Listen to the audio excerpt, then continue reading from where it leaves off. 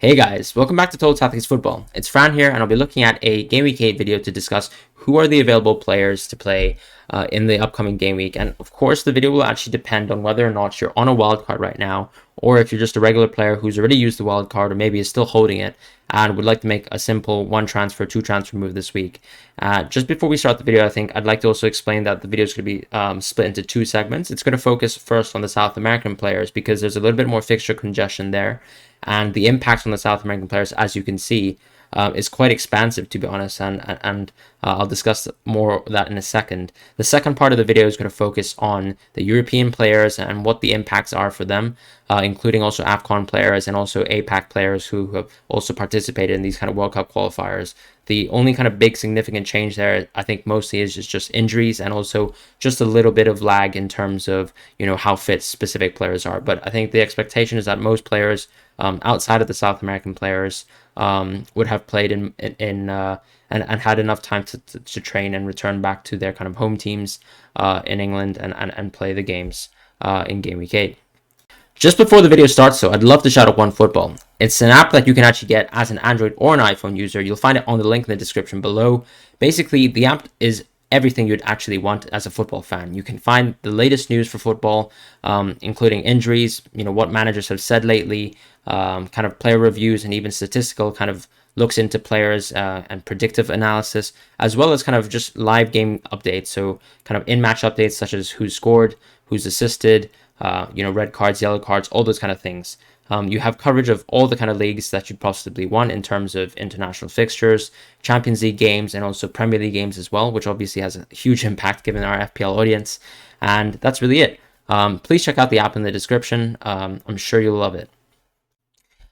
Just as we return to the video, guys, I think the best thing here is now to look at the notable players who are actually getting affected for Game Week 8. So as you can see here, I think the biggest kind of impacts, I think, have to be within probably Liverpool and I'd say Man City, because they're missing a lot of key players in terms of Fabinho and Alisson and Ederson and Jesus. Now, of course, a lot of us don't have Alisson or Ederson, but I mean, there will be impacts in terms of clean sheets and things like that. And maybe Fabinho being taken out of the team also means that there's a potential for, let's say, Liverpool to play a little bit more of an offensive formation that might also include someone like Jota and Firmino. We've seen even in games versus like Brentford, for example, where we've seen both Fabinho, Jota, and Mane and Salah all playing at the same time. I don't think that's probably going to happen. I still think Liverpool will stick within their kind of 4-3-3 structure and their kind of 4-4-2 hybrid.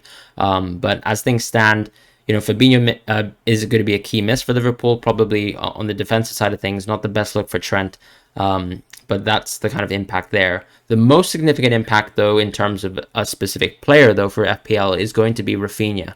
With Rafinha being out, I think a lot of people were looking to bring him in on the wild card, which I think you should still do. So if you're a player looking at Rafinha coming to Game Week 8, the fixtures are still lovely.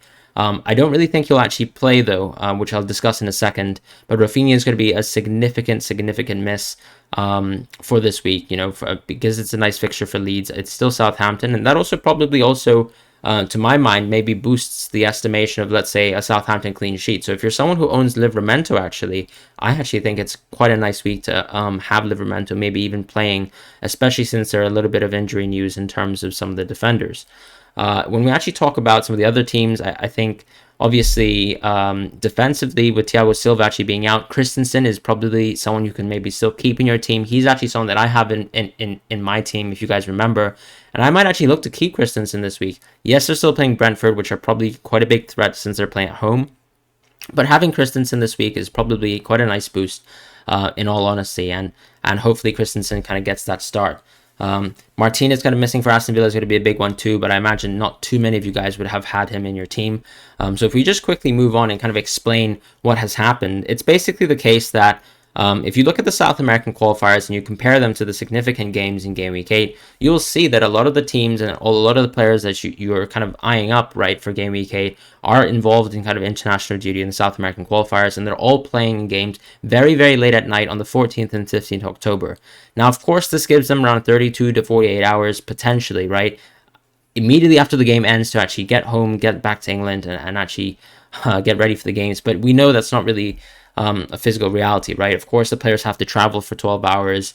They're probably going to be starting in games. They're going to be extremely tired. It would not make a lot of logistical sense, and also I think like medical sense, right, to play these players immediately. And of course, the biggest kind of significance one is going to be that Brazil-Uruguay game, where for someone like Rafinha, for example, who's going to play versus Southampton on the 16th of October, early on in the day, is going to struggle to actually make it and be fit for that game. So I think even though Bielsa loves playing Rafinha as an example, he might be someone who comes off the bench at the most, in my opinion. And I think for that reason, it makes sense to have him on your wild card, but it doesn't necessarily make sense to have him right now as a transfer this week. You probably want to be looking at kind of other spots in your team at this moment in time. Someone who's probably, not too involved with international duty, or at least has had a little bit more significant period of rest. On top of that, I think there's a little bit of actually increased maybe like worry, right, in terms of the quarantining of the players, because actually the government's rules, right, for the UK is that players have to be double jabbed. And as we actually know in terms of how newspapers have currently reported, I think only around 50% of the players in the Premier League are currently double jabbed. So that could mean that a significant amount of players that we haven't actually seen featuring so far in terms of international play, might not be double jabbed and might actually still have to quarantine a little bit more and can't break that quarantine so that they can play games.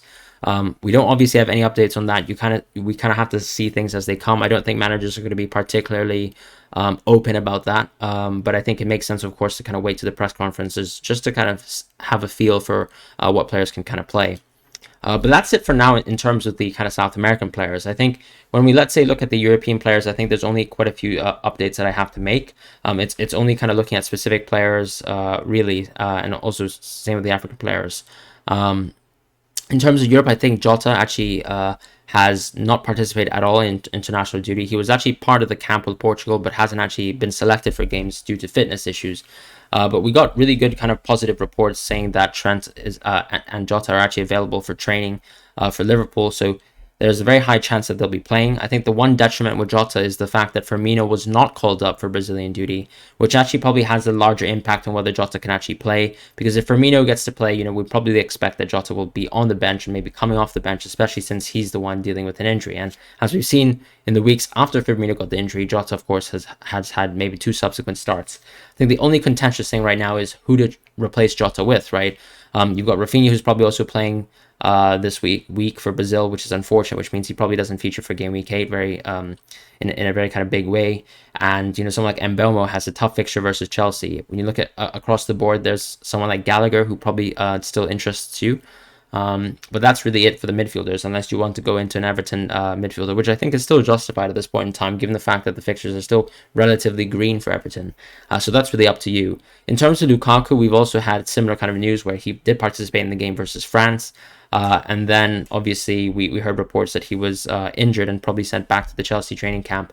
I think the estimation is that he probably might not play the full game in game week 8. We've also seen that Werner is in fantastic form, which is going to be quite a big impact, I think, in terms of maybe even Lukaku's progress, and whether he gets to start in game week 8. But I think by game week 9, we probably expect Lukaku's back in the team. So I think, once again, it's a situation where you think about, whether you're on a wild card or not. And if you're on the wild card, it makes a lot of sense to have Lukaku in your team. If you're not on the wild card, it's probably not the most wisest time to actually move away from Cristiano Ronaldo, fresh from a hat-trick, and probably a little bit still rested, and probably ready to play over the weekend. In terms of other injuries, I think we've also heard a little bit about Rudiger, for example. Rudiger is someone who also had kind of injury issues, as was reported by the German camp.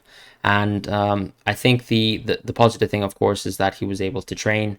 And I think he's probably going to be fit for selection, because as we know with Tuchel, he loves to play Rudiger whenever he can. And I think, as long as he's actually positively fit and ready to play, then I think he plays. And I think for that reason, Rudiger makes a lot of sense to play this week. I wouldn't be too worried about him.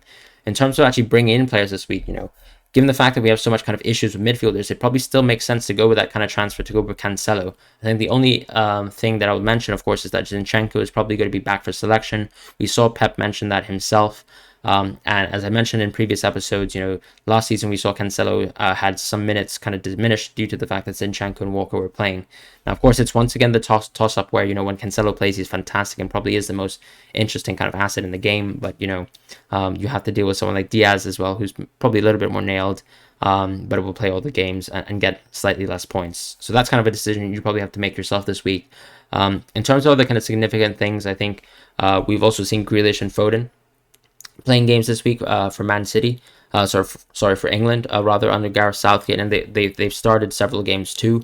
I don't think there's any kind of tremendous impact. Grealish was subbed off early, so he's probably quite rested and ready to play over the weekend. Foden maybe a little bit less so, and maybe it depends on what Pep's priority is, right? Because we've mentioned that, let's say, if the priority is the Champions League, then maybe we can see Foden being rested for the Champions League instead. This is also a huge fixture, probably where Mahrez is ready to play because Jesus is actually missing. So this is a week where I think when you look at Man City players, Pep might not actually play the most usual selection, given the impacts in terms of injury. So I think Mahrez might actually be, if you're looking for a 1 week punt, very, very reasonable.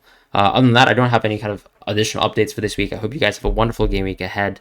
But try to stay tuned in terms of the press conferences just to see if there's kind of any late updates on players and whether they're actually available or not.